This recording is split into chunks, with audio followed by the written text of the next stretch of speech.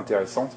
Et on remarque d'ailleurs que beaucoup d'hôpitaux, d'écoles, d'hôtels vont avoir des couvertures en laine tout simplement pour cette résistance au feu. Ça peut aussi être intéressant, bien évidemment, si on repart sur cette idée de bushcraft, d'évoluer dans la verte, beaucoup plus facile pour nous d'être à côté d'un feu de camp avec une couverture en laine plutôt qu'un sac de couchage avec des produits modernes qui vont fondre, brûler et ainsi de suite.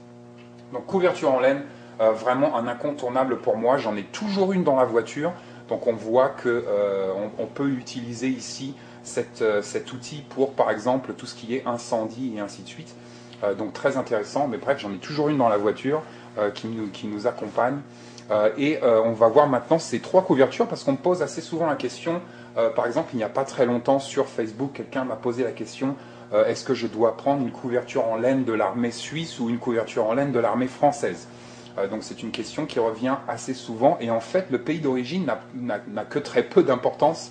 Ce qui va nous intéresser ici, c'est le taux et le pourcentage de laine vierge à l'intérieur de cet outil et pas vraiment le pays d'origine.